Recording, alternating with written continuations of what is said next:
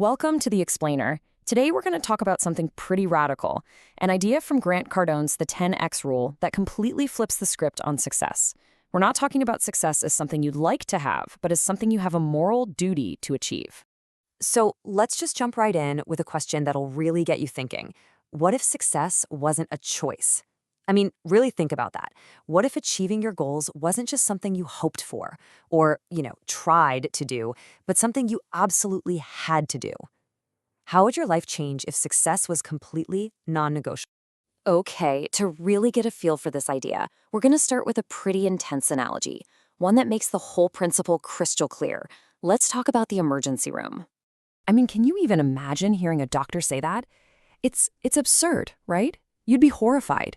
We'd all agree that's totally unacceptable because, well, a doctor in that spot has a duty to act, a very clear, very urgent duty. It doesn't matter how they're feeling. The responsibility is what matters. It's everything.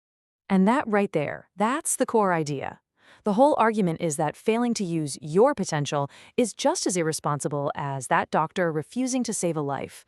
It's a powerful way to frame it, isn't it? It's saying that your unused talent isn't just a personal choice. It's actually you failing in your duty. So think about what that analogy does. It completely changes how we look at success. It's not just a goal anymore. Nope. It becomes a fundamental, ethical responsibility. And here's the key takeaway, the really crucial point.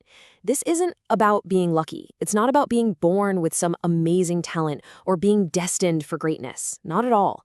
It's about taking the potential you already have and treating it like a serious, profound responsibility, one you are ethically obligated to fulfill. This quote just nails the mindset shift, doesn't it?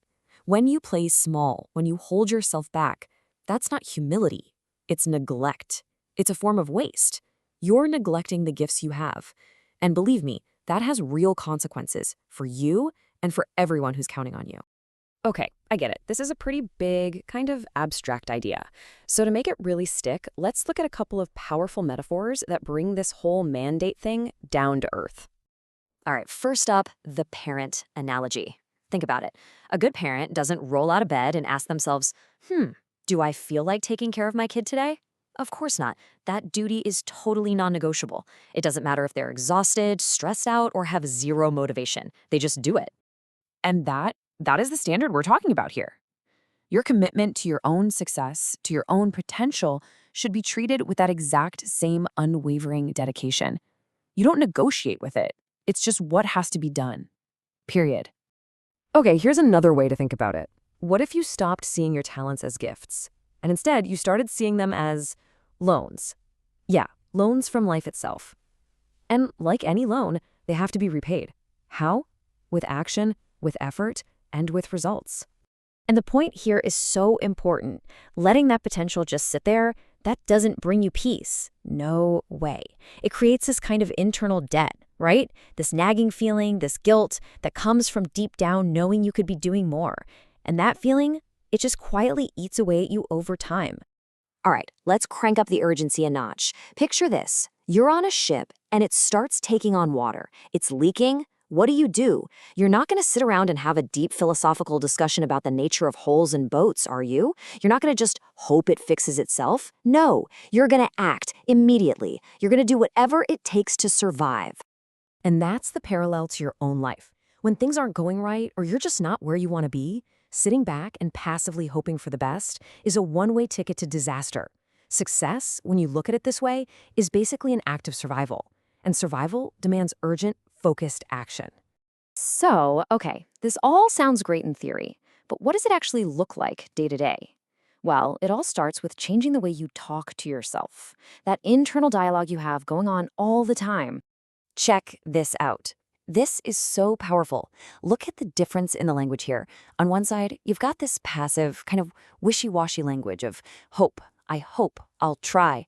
And on the other side, it's active. It's determined. It's the language of duty. I must. This is non-negotiable. And let me tell you, this is way more than just changing a few words. This changes your entire approach to everything. And look, this whole philosophy isn't just some big idea you're supposed to ponder. It's meant to be lived. It's all about translating it into real, concrete, daily habits. It's about how you show up day in and day out.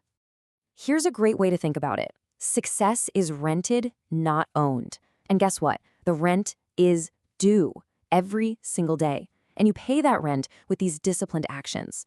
You don't wait to feel inspired. You don't wait for confidence to magically show up. You act because it's your duty. And that's how you build and protect your future.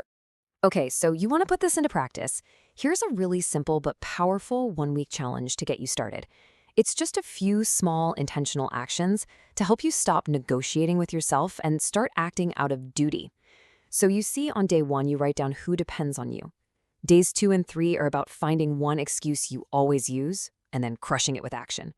By the time you get to day 6, you're practicing acting without even asking yourself how you feel first. This is all about building that duty muscle.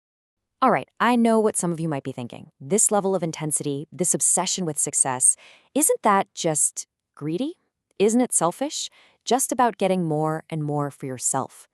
Well, the argument here completely flips that idea on its head. It says the real greed is being irresponsible, failing to live up to your potential, and because of that, being unable to provide for and contribute to your family, your community. That's the truly selfish act. And that leaves us with a pretty stark choice, doesn't it? You can either carry the weight of discipline today, and yeah, it can feel heavy sometimes, or you can choose to carry the weight of regret tomorrow. And trust me, that weight is a whole lot heavier, and it lasts forever. So at the end of the day, this whole idea, it's not really about getting rich. It's not about being famous. It's about becoming truly responsible. It's about shifting your mindset so completely that all those excuses you've been leaning on, they just lose their power. They just fade away. And that leaves us with one final question to think about. What could you really accomplish if you just stopped negotiating with yourself?